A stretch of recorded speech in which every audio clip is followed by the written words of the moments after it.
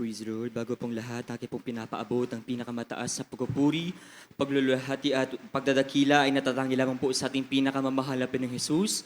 Dobleng paggalang at pagrespeto po sa mga hiniwang turot aral ng beloved parents in the Lord. Praise the Lord. To the whole Meda family at babati na rin po ng magandang tanghalis ng beloved preachers, beloved workers, sa aking pong mga kapamang awit sa inyo lahat, mga kapatiran, baguhan at podatihan. Muli po sa ating pinakamamahal na Pinoong Jesus, praise the Lord. Nagpapasalamat po ako sa ating pinakamamahal na Pinoong Jesus sa ganito ang pagkakataon na ito mga minamahal na makapagpasalamat po dito sa dako ng binangonan ng praise the Lord. Nagpapasalamat po ako sa ating pinakamamahal na Pinoong Jesus at year 1996 mga minamahal na masave po ang aking beloved parents, mga minamahal. Ang aking pong beloved mother, mga minamahal, may spot po ang kanyang baga, mga minamahal, na naging cause, mga minamahal, na halos maging bedridden na po siya, mga minamahal. That time, mga minamahal, talagang halos parang hinihintay na lang po ang aking beloved lolo at lola na mamatay ang aking beloved mother dahil unang-una po, kapos po sa financial. Dahil dun, mga minamahal, talagang halos talagang naghihirap po sila lalo, mga minamahal. Ngunit sa unang dalangin at beloved parents in the Lord, may mga humahayo po sa dako ng Pampanga, praise the Lord, na naabutan ng panalangin natin ating beloved pastor, ang aking beloved mother, mga minamahal, na masyaran po siya, mga minamahal, na sa gawain na daw po na ito, mga minamahal, na ang Diyos daw po dito ay nagpapagaling, mga minamahal, nagbabago ng buhay, praise the Lord. Nandyan mga minamahal, talagang pinaunlakan po ng aking beloved mother, mga minamahal.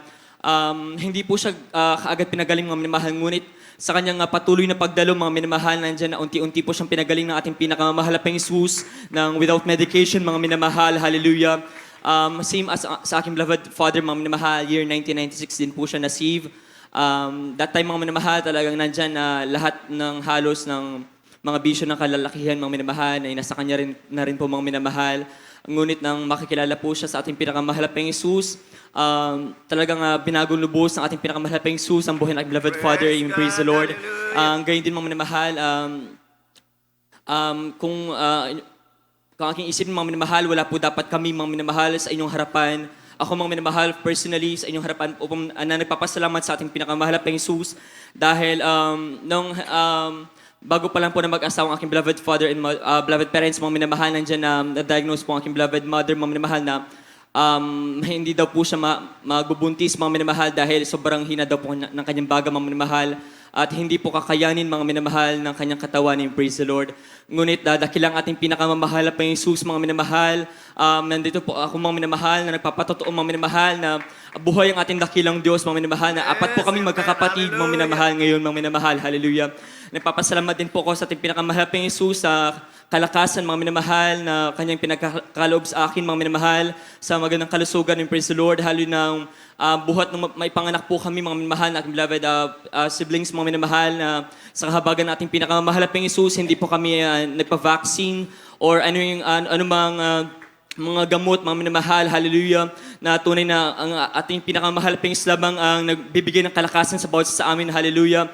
Nandiyan na kapag nagkakasakit po kami, mga minamahal, nandiyan yung pagluhod at pagsisisi ng beloved mother, mga minamahal, nandiyan maya-maya, mga minamahal, na talagang nandiyan ang kalakasan na pinagkakaloob sa amin ng ating pinakamamahal na Jesus, praise the Lord. Gayun din, nagpapasalamat po ako sa ating pinakamamahal na Jesus na since nang buhat nung mag-start po kami mag-aral, mga minamahal, talagang wala po kaming support from any government, mga minamahal. Talagang wala po kaming mga scholarships, mga minamahal, hallelujah. Ngunit nandyan ang pagtitiwala namin sa ating pinakamahal na Jesus. Andyan, mga minamahal, na sunod-sunod po kami nag-aaral, mga minamahal, hallelujah, dahil nasa 1 o 2 taon lang pong mga agwat namin, mga minamahal.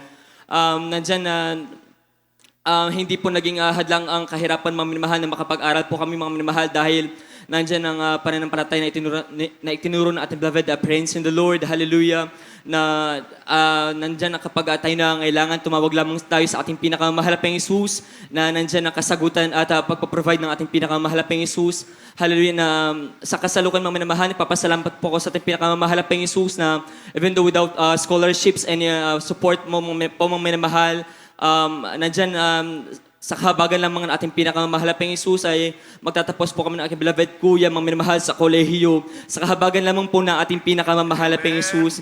Nandiyan na from elementary, mga minamahal, talagang wala pong permanenteng trabaho ng aking beloved parents, mga minamahal. Umaasa lamang po kami, mga minamahal, nandiyan sa junk shop, mga minamahal. Ngunit sa kahabagan nating pinakamamahal na Panginoong Hesus na talagang wala po kayong maipagmamalaki sa ating pinakamamahal na Panginoong Hesus kahit na anumang marating namin, mga minamahal, dahil alam namin ang ating pinakamamahal na Panginoong Hesus, mga minamahal, sa ang lahat ng nagbibigay ng tagumpay sa bawat sa atin. Praise the Lord.